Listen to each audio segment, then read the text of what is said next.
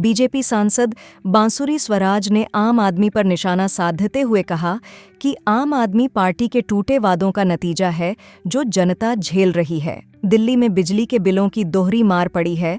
अरविंद केजरीवाल और आतिशी से मैं पूछना चाहती हूं कि आप दिल्ली की जनता को कब तक धोखा देते रहेंगे?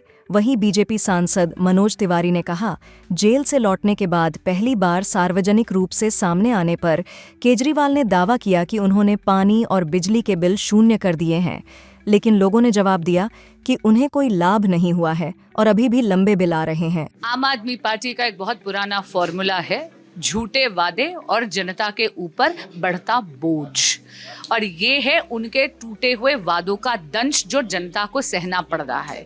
दिल्ली में दोहरी मार पड़ी है बिजली के बिल में। एक तरफ तो आम आदमी पार्टी ने इलेक्ट्रिसिटी कंपनीज को रेगुलेटरी एसेट की परमिशन दे दी।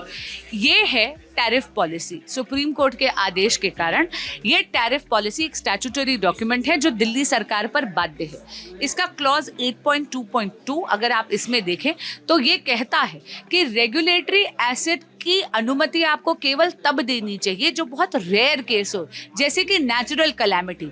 मैं पूछना चाहती हूँ, पिछले एक दशक में ऐसा क्या था कि दिल्ली सरकार ने इसकी अनुमति दी?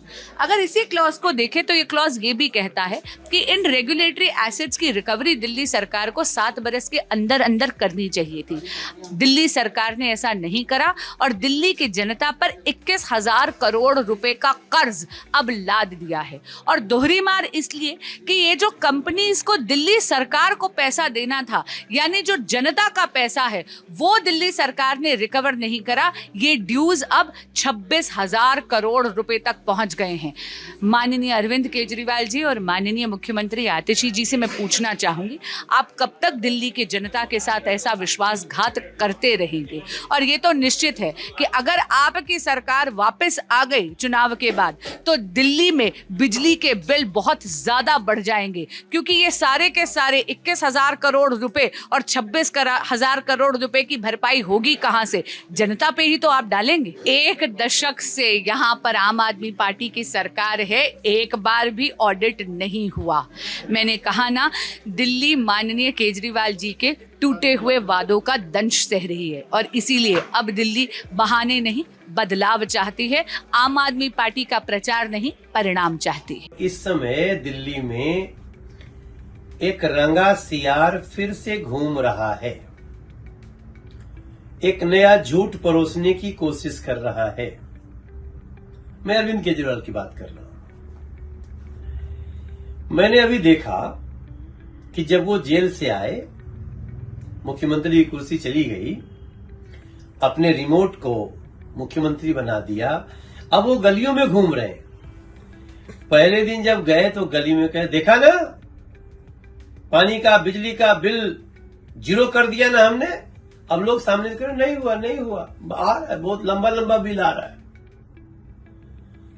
रंगा सियार ने तुरंत रंग बदला और अगली जब मीटिंग हुई, मैं जानता हूं सबका बढ़ा हुआ बिल आ रहा है, आप हमको 2025 में फिर से मेरी सरकार बनवा दीजिए आम आदमी पार्टी की, और हम आपका सब बिजली का बिल और पानी का बिल बढ़ा हुआ माफ कर देंगे। रंगा सियार का ये नया रंग।